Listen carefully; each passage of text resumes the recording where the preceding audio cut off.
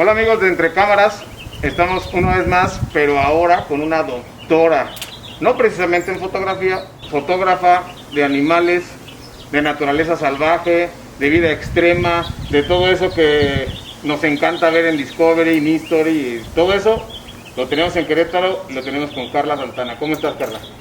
Muy bien, muchísimas gracias, Hugo, por la invitación.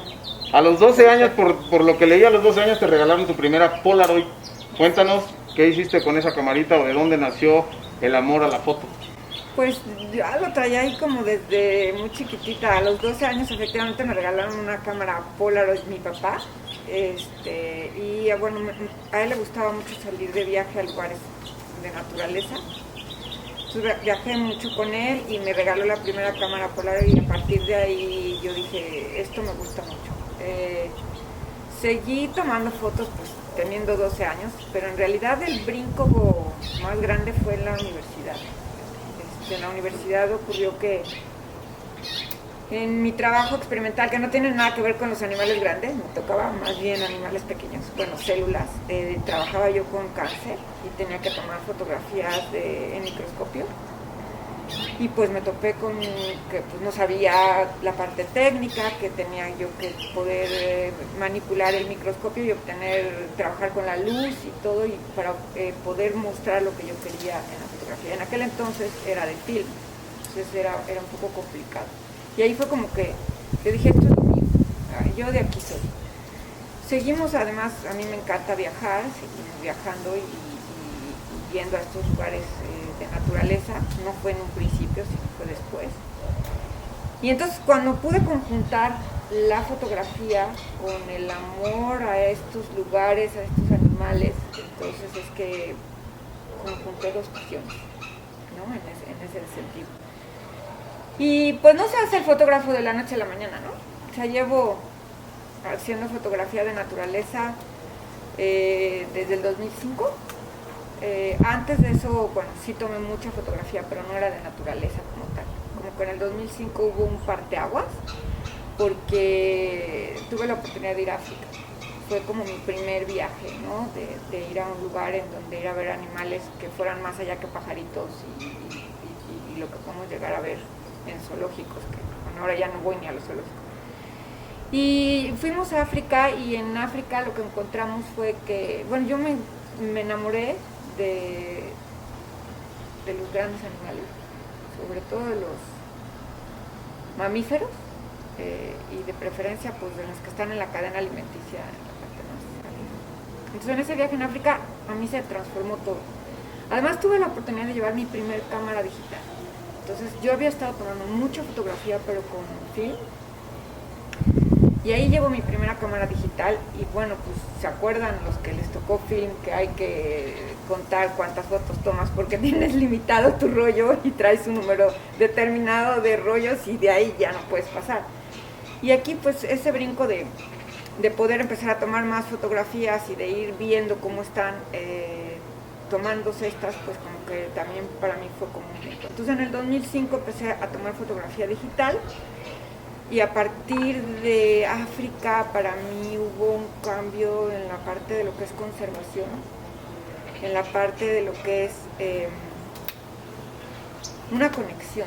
O sea, no voy a decir que antes no me gustaban los animales, pero ahí hubo una conexión. O sea, como que para mí se me abrió un mundo, pero también una conexión con la naturaleza y con lo que estamos perdiendo. Fue cuando yo dije, regresé de ese viaje y dije, yo quiero hacer esto y me quiero especializar en esto.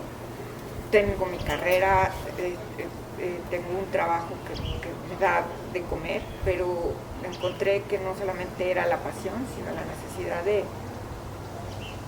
documentar lo que mucha gente no conoce, porque esa es la verdad. Y una de las frases que utilizo mucho es que no puedes amar lo que no conoces. Y creo que un reto para el fotógrafo es traer eso que está en otro lugar a un lugar más cerca y que alguien que no pueda ir lo pueda conocer.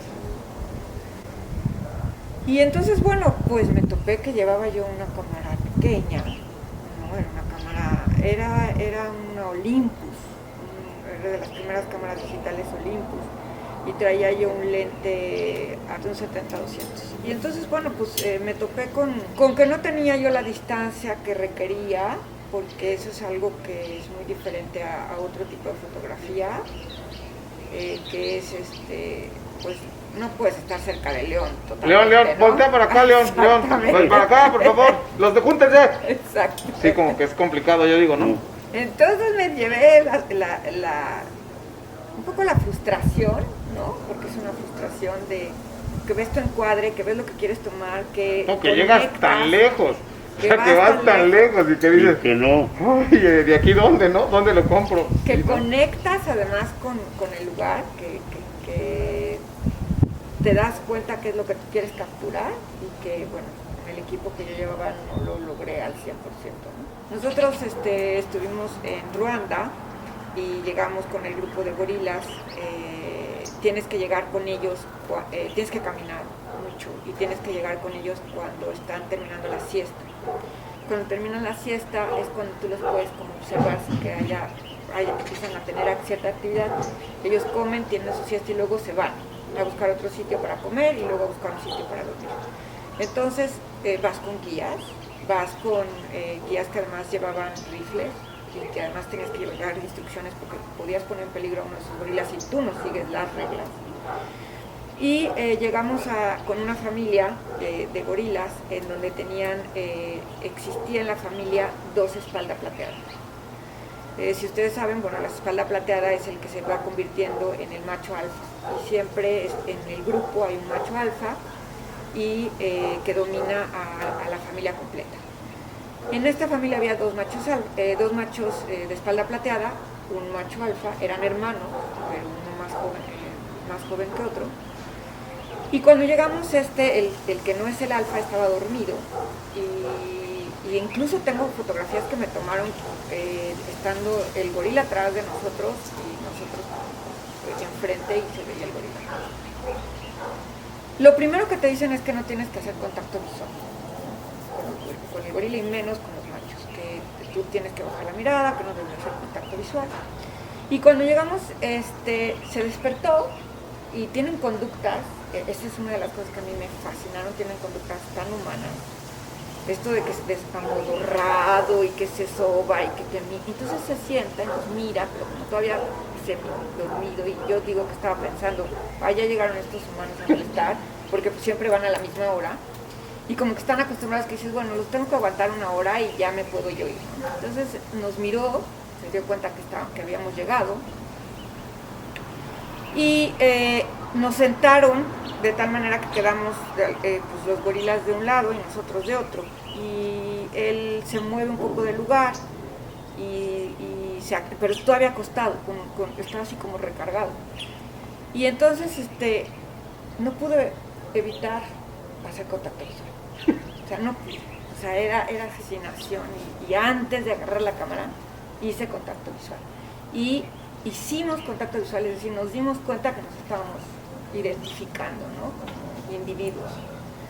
Después tomé la foto y esa foto para mí es una foto que tiene mucho significado por lo que viene detrás y que sigue siendo una foto que sigo poniendo como una foto principal cuando presento en alguna exposición y me piden una trayectoria. El contacto visual fue así un choque así, no sé, eléctrico, como que un permiso para tomar las fotografías. Exacto. Y además yo tengo una fantasía, es que él identificó que yo era mujer. O sea, él Sí. Identificó que no era una mirada retadora entre dos. Exacto. Sí. Y sí, había como un permiso. O sea, él me posó, ¿no? O sea, él dijo, sí, tómame la foto. Digo, ya, hombre, ya estoy aquí, ya, dale. Sí, bueno, sí, porque también tienen su instinto y pueden pasar de la violencia a la pasividad. En este caso, ve la mirada de la mujer más suave, más tranquila, más serena, dice, pues ándale pues, ¿no? Sin necesidad del... Y que además él no era el que tenía la obligación de proteger al grupo, porque la mirada del macho, que era el alfa, fue muy diferente. Y Es ahí más sí fuerte. fue, y no, o sea, ahí sí lo mirabas, pero pues con la cámara, no había, o sea, sabías que se estaban mirando, él sabía que estaban mirando, pero no hubo ese contacto, El él contacto estaba directo. vigilando. Yo empecé con la fotografía de naturaleza en el 2005, pero incluso yo en ese momento pues no me consideraba una fotógrafa, ¿no? O sea, es una trayectoria la que se va caminando para poder decirse ahora sí me considero una fotógrafa y con capacidad de obtener la fotografía que yo estoy buscando. Mientras menos miedo tenga el animal, y entonces quiere decir que mientras más arriba está en la cadena, que suelen ser más los carnívoros, tienen mucho menos miedo. Si no han tenido contacto negativo con el humano, te pueden mirar físicamente. Por ejemplo, otro de los animales que me encantan son los jaguares, los felinos. Y los jaguares, si no han tenido contacto de que el humano los haya matado, ¿no? Que eso pasa, y no tienen ese miedo, esa memoria, te pueden mirar a los ojos fijamente Y no se y pone hasta loco. posan, no se ponen locos. Exacto. Sí, porque aparte son súper veloces, o sea, en lo que tú parpadeaste ya lo tienes encima, o sea... Pero tienden a irse. O sea, lo que sí llama la atención es que es triste, pero la mayoría de los animales han tenido contactos más bien negativos. O sea, tienen ese miedo al humano. Totalmente. En general tienen mucho miedo. ¿Sabes qué animal no tiene nada de miedo y es otro de mis favoritos? Los osos. ¿Cuáles? Todos los osos que he tenido la oportunidad de estar, el oso negro, el grizzly y el polar, pero sobre todo el grizzly y el polar. El oso negro le tiene mucho miedo al grizzly, entonces él tiende a huir, entonces es más difícil. Pero el grizzly y el polar son de los animales que pueden verte, pueden estarte curiosando, puedes tener contacto visual con ellos y no van a salir corriendo. Cuéntanos algo de tu experiencia, ya de los osos, pero con ese frío, porque tenemos aquí todas estas cámaras, que es plástico, que es metal, que se congela, Es que luego no terrible. funciona, que a veces se apaga, que según muy buenas y muy caras, pero al rato se apagan. Entonces, ¿qué dificultades has Sí. tenido con eso?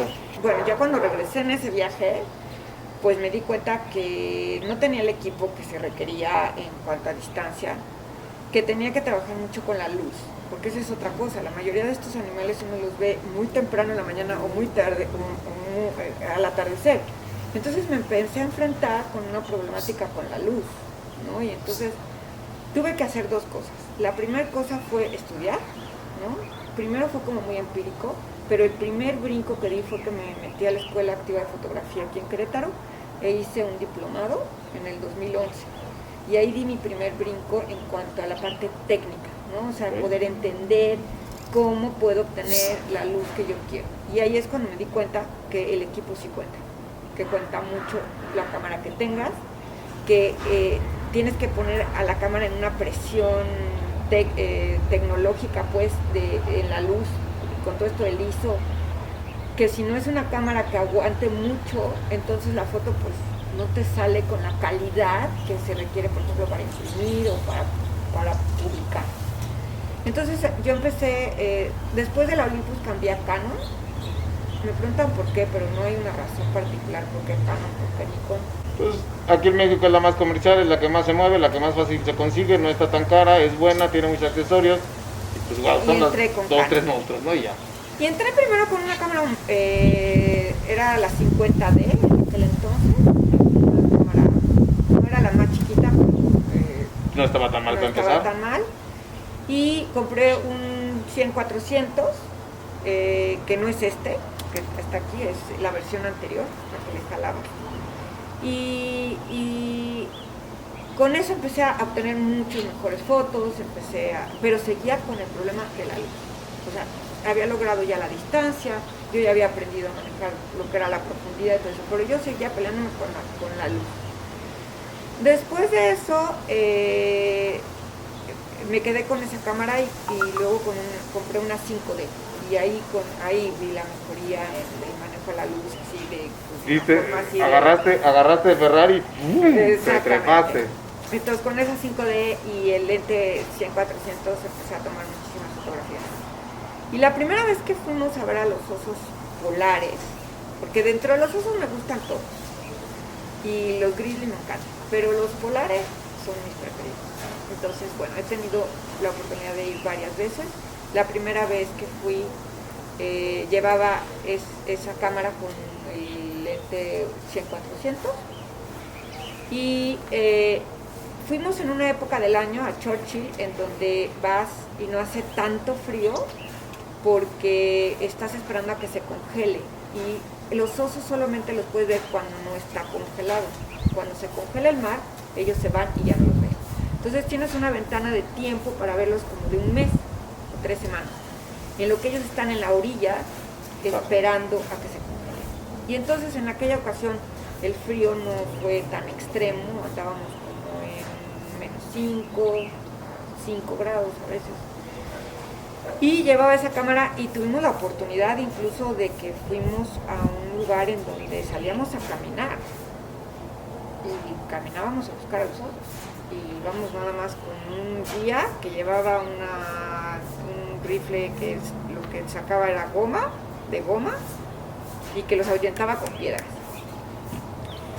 Si me preguntas ahorita, ¿me percaté de lo que estábamos haciendo? No. Pero estuvimos muy cerca de ellos a nivel de piso sin ninguna otra protección. Si el oso hubiera querido atacar, Pues mata. nos mata. ¿Sí? Y eso es algo que a mí me fascinó porque ellos me miraban, pero ellos no se preocupaban de gran cosa. Como si este es mi mundo, yo soy aquí el rey. Perdón, vuelto a la fotografía, técnico, ¿qué preferías? ¿Calidad, nitidez, enfoque o más espontaneidad en la foto? Si tienes ahí una gama de blancos Ajá. que se te confunden, Sí, que la nieve y la arena son dificilísimos para el fotógrafo. totalmente de acuerdo. Entonces, ¿qué preferenciabas en tu cacería del oso fotográficamente? Nitidez, distinguir el oso bien de lo blanco del fondo, de la nieve, del pelo transparente del Sí. animal. Bueno, sí, Un foco muy preciso. sí, un contraste importante, es importante el contraste. Cuando ves al oso en la nieve te das cuenta que no es tan blanco, no se ve tan blanco, que sí, no peleas mucho con eso, pero lo que acaba de decir es muy cierto. Tiene que cuidar mucho porque la cámara tiende a querer compensar porque está viendo blanco. Entonces, una de las cosas que hay que hacer es que lo que hacemos es sobreexponer, por lo menos un paso. Entonces, sobreexponiendo un paso, llegamos al blanco que realmente es el que estamos teniendo. Para distinguir, para no tratar Exacto, de los tonos. exacto. Yo tuve la oportunidad que la primera vez que fui no había tanta nieve, entonces pude jugar con los tonos. El tono que tenía yo atrás era como de la pata, y entonces el contraste era padrísimo, porque tú Trigo, veías el sí, blanco, como como trigo, que- entonces tú veías el blanco. Esa fue la Un primera vez. dorado así tenue. La segunda vez que fui, que ya me tocó con nieve, y que ya fui, que ya había nieve, pues ya te empiezas a enfrentar con esos problemas de que tienes blanco todo, y entonces la foto te sale aplastada. Bueno, no sé cómo decirlo, pero sí, no Sí, tienes esa nitidez. porque luego se nos pierde el foco y aunque se distingue la figura del animal, se pierden los detalles de la nieve, Y no sé, además- la profundidad del foco, Exacto. en fin. Y además teníamos, más la cosas. problemática es que en las veces que, por ejemplo, no sé si han visto, pero tengo unas fotos de bebés, de ustedes chiquititos, Ujú. que salen de la madriguera. Ahí no estás cerca, estás lejos. Y la primera vez que fui, iba con un 400 y llevaba una 7D y el 100-400, lente. Y no pudo. O sea, ¿qué les podría contar? O sea, Porque se arrima uno a los ositos y la osa mayor, no la de allá arriba, sino la de abajo, a correr. exactamente. Entonces me enfrenté con la situación de que teníamos un blanco muy blanco, todo blanco, y no tenía yo la cercanía que debería de tener. Entonces ahí tuve que, el reto que hice fue que decir, bueno, ni modo, a mí me gusta mucho el close-up. A mí lo que me gusta es el close-up, ver la mirada, ver la cara, captar esa parte. Y tuve que optar que para poder tener una buena fotografía tenía que irme a un campo abierto, ¿sí? que sabía que no iba a tener una imagen de un close-up del oso, pero que iba a tener con su ambiente, para que yo no llevara a tratar de... O sea, no me daba la cámara, pues, ¿no? Entonces esas fotos las tengo con su ambiente, son imágenes en donde ellos no están tan cerca, pero logré fotos muy bonitas, porque compensé sobreponiendo un paso y controlando un poco, tratando de controlar la nitidez, aparte de la distancia, aparte del foco, aparte de que estás trabajando con un fondo blanco, estás a menos 30 y tienes que tener el equipo, yo suelo usar estas protecciones, no solamente para que no se rayen, sino que ayuda mucho. Esto que yo le pongo le ayuda mucho a que la cámara no se enfríe tanto y te dure más la pila, porque el problema es la pila. Sí, se baja, el problema se va inmediato, o sea, 10 minutos ya tienes que estar cambiando la pila. Entonces, normalmente traemos la pila guardada y cuando ya va a ser la hora de la foto, le ponemos la pila y tenemos que traer 3 o 4 pilas. Y el reto también es que no se te vaya la vida en eso, porque tienes que traer doble guante, ¿no? Pero no puedes manipular la cámara. O sea, traes los guantes y los mítens estos y ahora ¿qué haces con la cámara? No la puedes tocar, no le puedes hacer nada. Entonces, bueno, normalmente te quitas un guante, te dejas el otro y entonces recuerdo que en uno de esos viajes conocí una fotógrafa que decía, creo que he gastado más en guantes que en equipo fotográfico. De todos los que han perdido. Buscando el guante que te permita manipular la cámara y que no se te congele el dedo. Oye, ¿y eso por qué? Para... No lo hace Canon, ¿no? No lo hace Nikon, ¿no? ¿Por qué no se ponen a pensar en este tipo? O sea, ya que venden estos equipos tan grandes y tan caros, ¿por qué no piensan en la ergonomía de esos lugares, ¿no? O en hacer como un aparatito diferente para esos brillos, o para, sí. O sea, no sé por qué si tanta mugre venden y tanta cosa que venden, ¿por qué no hacen algo para los que sí trabajan, ¿no? Normalmente hacen cosas para los que están acá al otro lado, pero para los que están en posiciones extremas, están ahí. Yo creo que sería un quitazo, porque te topas con ese problema, ¿no? Que además no puedes tocar bien, se te mueve. A veces, por ejemplo, con los osos salen de la madriguera y los tienes 5 minutos. Sí, no, pues no se van a estar en ese momento tienes que tener la cámara puesta donde debe ser. No puedes, entonces, incluso nos tienen que estar repitiendo los guías de, por favor, protejan los dedos, por favor, porque ya se han llevado a hospitales. Sí, se te congela, de que te estás tan apasionado en la fotografía que cuando menos te das cuenta ya se te congeló el dedo. Cuando quiero apachurrarle ya no siento nada. ¿Así? Y se han llevado a gente a urgencias porque se te pueden cruzar el dedo porque no sientes. Y ya cuando te das cuenta ya no sientes el dedo. Entonces el guía permanentemente nos tiene que estar diciendo, protéjanse, porque usted sabe, como fotógrafo, en el momento en que estás tomando la fotografía, te olvidas de todo. No te importa nada. Sí se pierde uno. Se pierde. Tenemos 2 minutos y se acaba la memoria. Así es que algo que le quieras decir a nuestros amigos de Oka Medios, ¿dónde te pueden seguir? Obviamente tú estás en muchas ramas más, pero ¿dónde pueden seguir a la fotógrafa? Mira, tengo en Facebook mi página que es Carla Santana Photography, y en Instagram, que estoy muy activa ahí, que también se llama Carla Santana Photography, y tengo mi página web que se llama gotobaya.com. Esa no la actualizo tanto como las redes sociales, pero me pueden encontrar ahí. Y bueno, muchísimas gracias, creo que se pasó muy rápido. Tenemos a Carla, bueno, tanto que has hecho, hay mucho que contar, ya habrá más, tenemos todavía más tiempecito. ¿Algo que quiera cerrar, don Beto? No, pues nada más agradecerle aquí a la doctora, una gran experiencia y un gran honor para uno estar al lado de semejante fotógrafo, con ese profesionalismo y con esa calidad, con este equipo que yo en mi vida dije, ay madre. Este es el nuevo equipo. No, y aparte de todo, no está patrocinada. Ella trabajó para comprarse su equipo. O sea, se paga sus viajes y además, todo lo que vean, ella trabaja y por algo trabaja. No nomás está como otros que les dan todavía el equipo y ni siquiera hacen la chamba. Sí. Aquí la señora paga sus cosas, va y hace la chamba. lo que decía, la calidad humana, porque habemos fotógrafos que a veces con un premio estatal o con un premio municipal o Ya con se un sienten. reconocimiento que te dieron tus vecinos de ahí de tu colonia, barrio. ya se siente uno que ay, ahí va el divo de la fotografía. Y no. Y de veras se da uno cuenta que de veras no sabe uno nada, que no ha vivido uno. Y en Querétaro Tanto. tenemos este tipo de fotógrafos y fotógrafas sobre todo, no nada más hombres, fotógrafas que están rompiéndola como lo sabemos. Sigan Ocamedios, sigan Entre Muchas Cámaras, gracias. ahí estamos. Estamos entre cámaras.